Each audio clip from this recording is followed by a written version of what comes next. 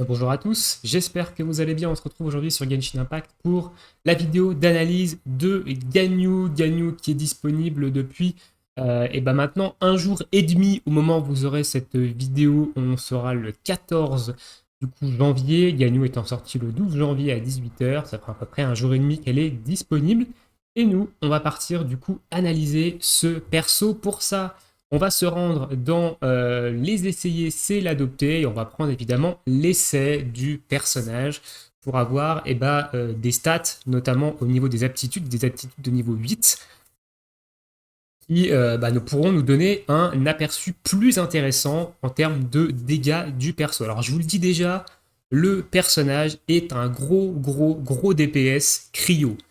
Elle va faire énormément de dégâts en cryo et on va du coup voir ça dans le détail de ses compétences, de ses constellations. Vous allez voir que le personnage fait énormément de dégâts et il n'est pas à sous-estimer.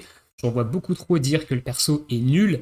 Et en fait, c'est totalement faux. Le perso fait d'énormes dégâts et il y a une grosse capacité de contrôle.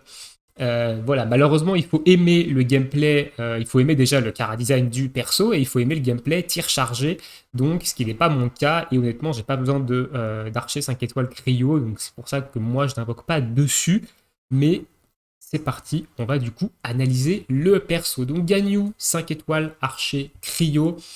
On va s'attaquer directement à ses aptitudes. Alors, dans le test, ne faites pas attention à ses stats, ne faites pas attention à son arme, ni à ses artefacts. C'est pas du tout optimisé pour le perso. Donc, ne faites pas attention à ça. Je vous mettrai évidemment dans la description le lien du Discord Genshin Impact FR sur lequel vous pouvez retrouver des fiches de build pour Ganyu, que ce soit main DPS, support DPS, support, complètement support en fait. Et voilà, si vous voulez vous donner une idée de build, savoir quelle arme prendre, quels sont les artefacts, quels sont les stats à prioriser en fonction de la manière dont vous allez vouloir jouer votre Ganyu. Nous, on attaque tout de suite avec les aptitudes. Alors, on va parler de son aptitude, de son attaque normale. D'habitude, j'en parle pas trop, mais ici, on a une particularité sur Ganyu, c'est son tir chargé. Chaque archer, à l'heure actuelle, dans le jeu, a la possibilité de charger un tir qui devient du coup un tir élémentaire, hein. Par exemple, Diona, elle peut charger, ça devient un tir cryo. Amber, ça devient un tir pyro. Fischl, ça devient un tir électro. Et du coup, Venti, un tir anémo. Et du coup, Ganyu, elle peut également avoir un tir chargé qui fait des dégâts cryo, mais elle a également une seconde charge. C'est le premier archer à avoir ce type de charge sur son attaque chargée. Et lorsqu'elle est en deuxième charge, vous allez voir que la deuxième charge arrive quand même assez vite. C'est pas non plus, il ne faut pas non plus attendre trop longtemps. Moi, j'avais peur qu'il faille attendre un petit peu trop longtemps, mais ça arrive quand même assez vite. La deuxième charge, elle se proc quasiment instantanément après la première. On verra ça dans la démonstration après. Et donc cette deuxième charge fait toujours des dégâts cryo, mais cette fois-ci, à l'impact, ça va exploser et ça va faire des dégâts cryo en zone à l'ennemi et aux ennemis autour de l'ennemi visé. Et c'est autour de ça que va se jouer le gameplay de Ganyu. C'est sur son tir chargé niveau 2. Et ça fait énormément de dégâts. On va aller voir un peu les multiplicateurs. Donc ici, on est sur un niveau d'aptitude de niveau 8. Donc évidemment, vous n'aurez peut-être pas le niveau 8 ici. Vous aurez la plupart du temps le niveau 6 si vous jouez Ganyu main DPS. Et du coup, on voit ici que la première charge fait 198% de dégâts. C'est pas ça qui va nous intéresser. Nous, c'est les dégâts de la flèche de givre, donc la charge niveau 2, qui elle va faire du coup 205% de dégâts à l'ennemi touché.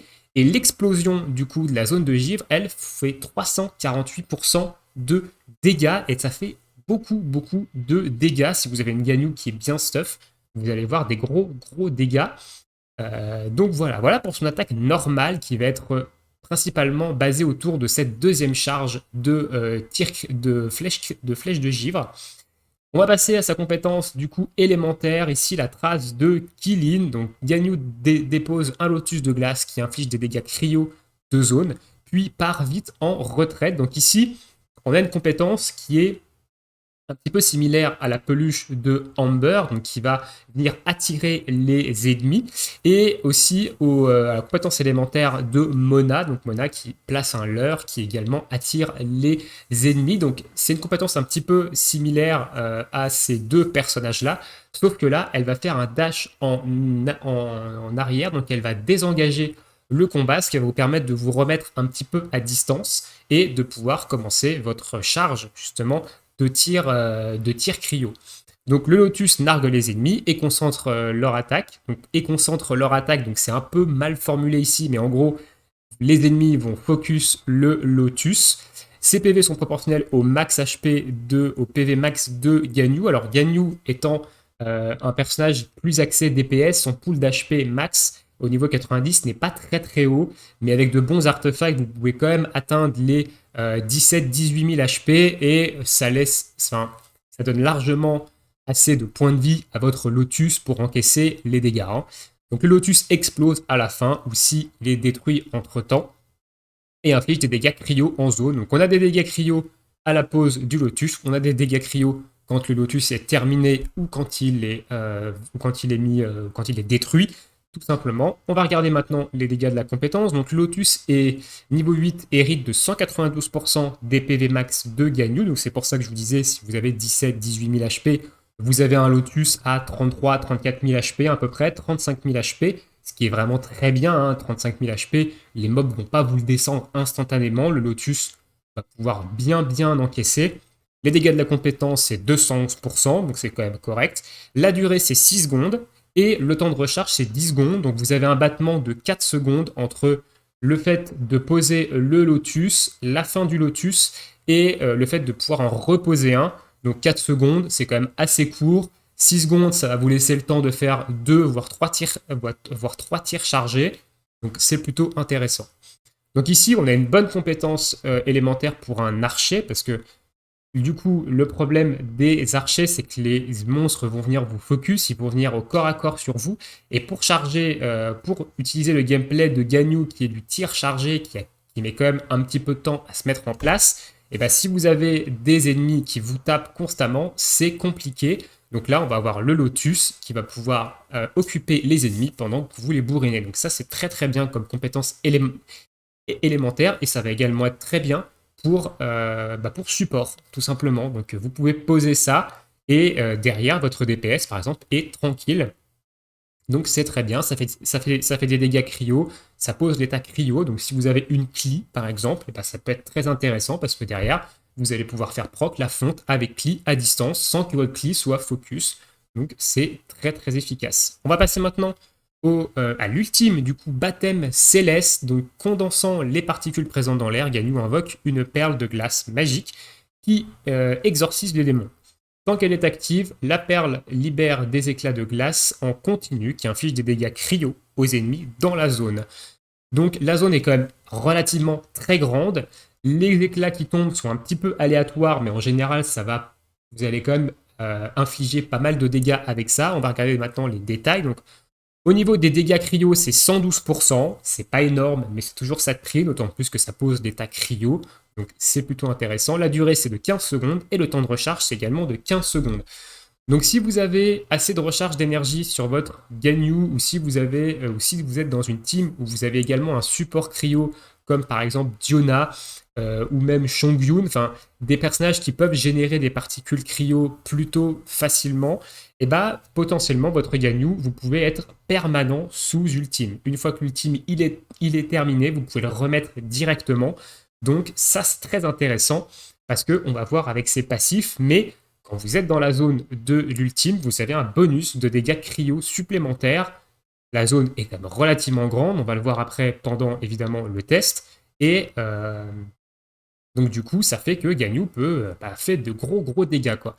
Au niveau de l'énergie alimentaire, ça coûte 60, c'est moyen. Hein. Ce qui coûte le moins, c'est 40. Ce qui coûte le plus, c'est 80.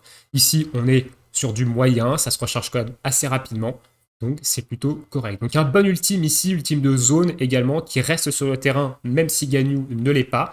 Donc ça peut vous permettre évidemment, toujours en support, d'avoir le Lotus, l'ultime, qui va venir poser des dégâts cryo et l'effet cryo, du coup l'élément cryo, en continu sur vos ennemis et pouvoir faire proc tout simplement de la fonte, de la supraconduction avec un DPS physique électro, etc. Donc c'est plutôt intéressant, que ce soit en termes de DPS ou en termes de support DPS. On va passer à ses passifs, du coup, cœur indivisible, donc tirer une flèche de givre. Donc la flèche de givre, c'est la charge niveau 2 de son attaque normale, confère pendant 5 secondes aux flèches de givre suivantes, donc aux prochaines charges de niveau 2, ainsi qu'aux zones de givre, ainsi créer un bonus de 20% de taux critique. Donc ça veut dire que vos prochaines flèches de givre, dans les 5 secondes après avoir tiré une flèche de givre, donc vous tirez une première flèche de givre, pendant 5 secondes, vous avez 20% d'autocritique supplémentaire sur vos prochaines flèches de givre et sur les zones de givre créées. Donc ça comporte l'ultime et je pense que ça doit comporter également la compétence élémentaire.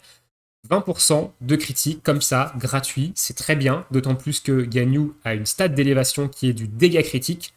Donc ça va permettre de pouvoir se focus sur le dégât critique, de laisser peut-être un peu le crit de côté, parce que vous avez ici 20% de critique, un personnage à 5% de crit de base. La résonance, par exemple, cryo donne 15% de critique sur les ennemis affectés par l'état cryo. Donc ici, vous avez 35-40% de critique que vous n'êtes pas obligé d'aller chercher dans les artefacts. Donc les artefacts, ça laisse quand même une meilleure souplesse au niveau des substats, taux de crit. Donc c'est plutôt intéressant. Son deuxième passif, du coup, harmonie du ciel et de la terre. Donc c'est celui-ci qui va booster les dégâts cryo quand vous êtes dans la zone de votre ultime.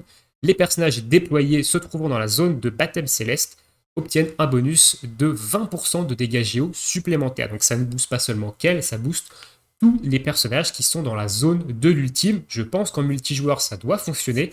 Si vous jouez par exemple avec une autre Ganyu ou avec un autre DPS cryo, je sais pas, quelqu'un qui va jouer un Kaya, quelqu'un qui va jouer un Chongyun main DPS, il va gagner 20% de dégâts cryo quand il va être dans la zone de l'ultime de votre Ganyu.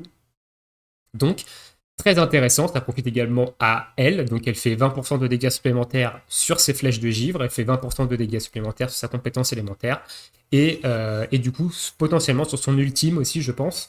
Donc, très très bon passif, elle a deux excellents passifs. Honnêtement, elle a deux gros passifs. Celui-ci, il est plus pour du main DPS, parce qu'en support, vous n'allez pas faire de flèches de givre, et celui-ci, il marche pour les deux, que ce soit main DPS ou support DPS, donc très très bon passif. Arc de réserve, du coup, le troisième passif qui va vous rendre 15% des minerais utilisés lors du craft d'arc. Des arcs plutôt, on n'en crafte pas tous les jours. Donc voilà, c'est un passif un peu aux F tiers, mais même si, à la limite, peut-être que dans le futur, ce genre de passifs pourront servir. Mais à l'heure actuelle, c'est aux F tiers.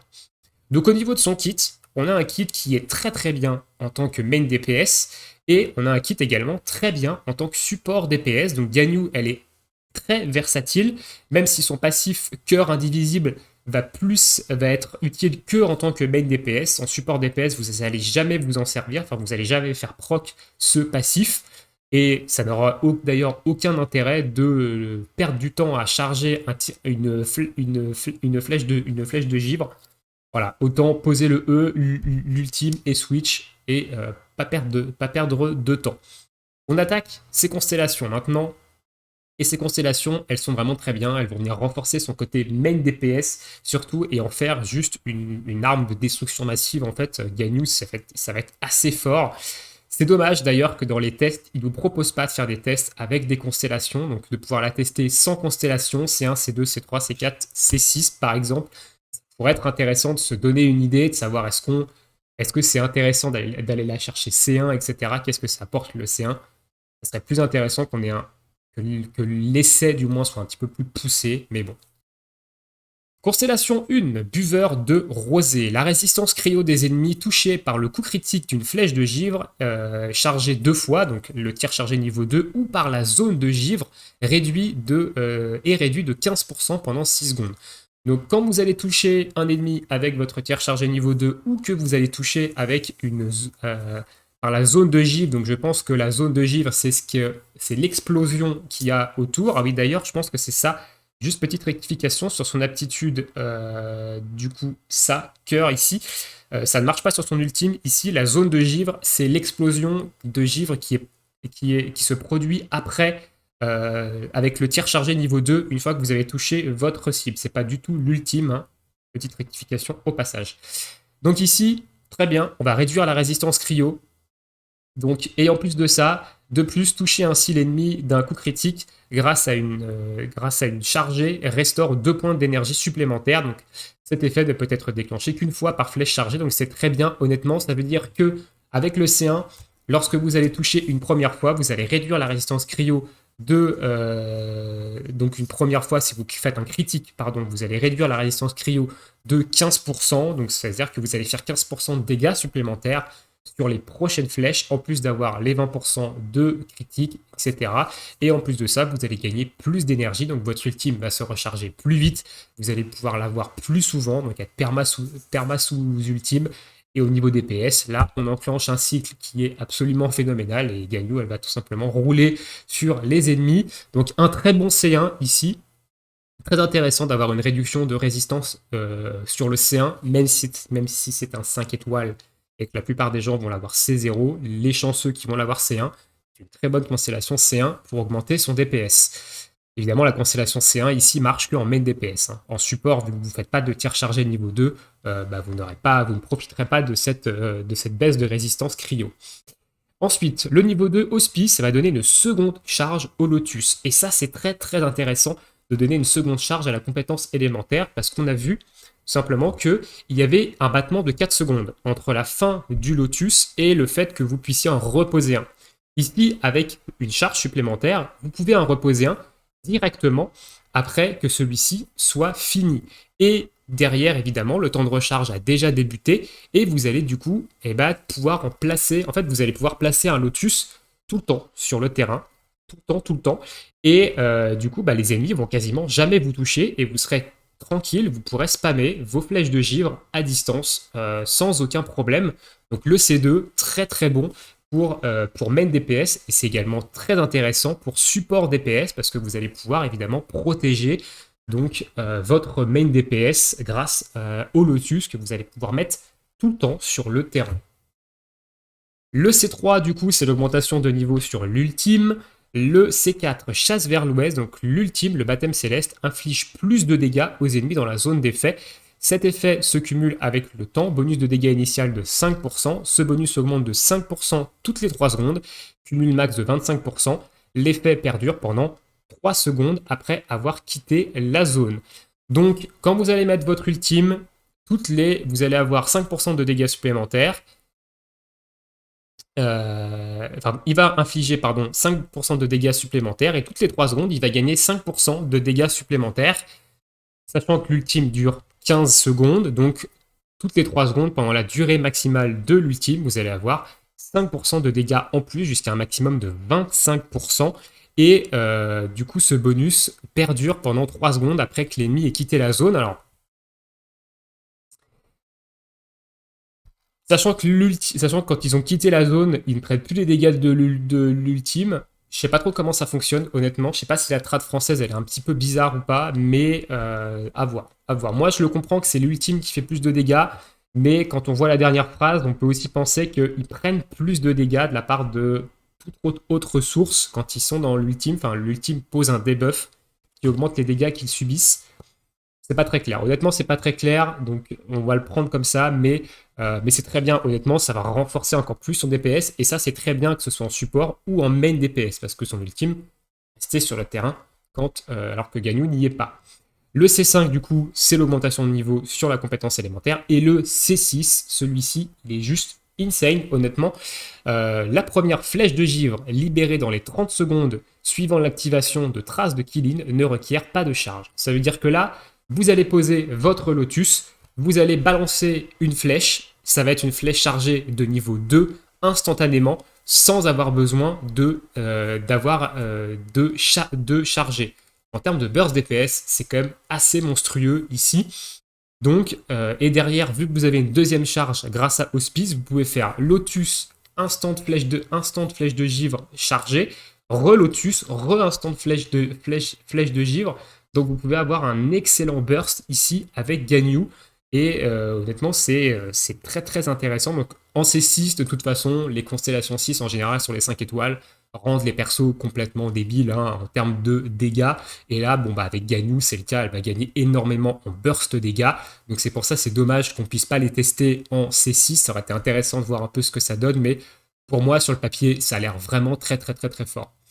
Voilà un peu pour, évidemment, l'analyse des aptitudes et des constellations de Ganyu. Donc Ganyu, excellent main DPS, elle va faire de très très gros dégâts et elle peut être également très efficace en support DPS cryo.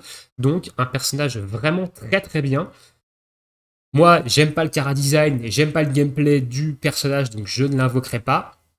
Mais je comprends ceux qui veulent l'invoquer, le perso a l'air très fort. On va faire le test du coup du personnage, donc moi j'ai déjà fait le test en off, mais je vais le refaire ici avec vous pour que vous voyez un petit peu plus de le gameplay du personnage. Ok, on est parti ici, donc là, première charge, deuxième charge. Donc la deuxième charge, elle arrive très très rapidement après la première. Voilà, ça fait quand même des dégâts. Hein. Ici, vous avez vu que les slimes, voilà, ça fait quand même ces petits dégâts. On va éviter. Ensuite, le lotus. Le lotus, ça désengage direct. Donc ça, c'est très très bien. Ça vous permet de vous remettre à distance et vous repartez sur votre petit du coup combo de flèches. À savoir que si vous tirez dans le sol, ça fait également l'explosion. Ça, c'est à noter aussi. Voilà. Ensuite, on a l'ultime. Donc on va refaire, hop, on pose l'ult. Et l'ultime, voilà, la zone elle est énorme. La zone de givre elle est juste monstrueuse. Et voilà, il y a des stalactites qui vont tomber sur les ennemis. Hop, à intervalles réguliers ici. Alors faites pas attention à la recharge d'énergie. Hein, pardon. On a un arc de Favonius qui nous donne de la recharge d'énergie et on bute des mobs. Donc quand on bute des mobs, on gagne des particules évidemment. Et les élémentaires supplémentaires. Donc là, on va replacer l'ultime. Donc on a la flèche ici et l'ultime. Et là, on bourrine, on balance du 8000, tac, et c'est fini. Donc là, en plus de ça, elle a un set d'artefacts, elle a des stats explosées au sol, et on a vu quand même 9, presque 10 000 de dégâts en critique, en flèche chargée. C'est quand même intéressant, hein, sachant qu'ici, on n'a que 1400 d'attaque. On n'a pas beaucoup de dégâts critiques, hein, on n'a que 101%. On a, au niveau des dégâts cryo, on a 0%. Et vous voyez qu'elle fait quand même beaucoup de dégâts. On est sur du 80, on tape sur du 80. Je vous laisse imaginer un petit peu les dégâts du perso. Avec un stuff plutôt correct, on peut avoiner les 40-50 000 par flèche chargée. C'est juste insane, honnêtement, en termes de dégâts. On va quitter évidemment ici l'essai. Et du coup, ce sera tout pour mon analyse sur Ganyu. Donc, conclusion de Ganyu. Très très gros DPS cryo archer, donc qui apporte un petit peu de fraîcheur à cette classe d'archer qui n'était pas non plus exceptionnelle. Elle a un gameplay atypique avec son tir chargé de niveau 2, donc faut aimer évidemment le gameplay. Le chara design du personnage est quand même plutôt bien réussi, même si moi c'est pas trop mon type de perso. Et du coup, bah écoutez, voilà. En termes de support, elle peut également très bien remplir le rôle de support cryo, même si on a déjà des supports cryo, on a du Shongyun, on a de la Diona, on a du Kaya qui peut jouer en support cryo, mais je pense que Ganyu est quand même un cran au-dessus en termes de support cryo, de par le fait qu'elle va pouvoir mettre son ultime très très très très régulièrement sur le terrain, qu'elle va pouvoir poser son lotus qui va pouvoir attirer les mobs, donc je pense qu'elle est quand même un cran au-dessus. Voilà. Je rappelle qu'il y a le Discord Genshin Impact FR dans la description, sur lequel vous pourrez retrouver des fiches de build sur Ganyu qui sont faites par notre pro théorie crafter, du coup le Bodo Gemma, qui est responsable également des helpers sur le Discord et qui honnêtement a des analyses plutôt intéressantes et plutôt bonnes sur les persos et une bonne vision du jeu. Donc écoutez, je vous invite à suivre ces guides. Si vous n'avez pas, évidemment, si vous voulez jouer Ganyu autrement, vous pouvez jouer Ganyu autrement, libre à vous. Chacun, évidemment, joue comme il a envie, comme il a envie de jouer au jeu et comme ça lui plaît d'y jouer. Mais si vous êtes perdu, ces fiches-là sont là pour vous aider. Sur ce, je vous souhaite tous une très bonne journée, une très bonne soirée, bon jeu et à bientôt pour de prochaines vidéos. Ciao!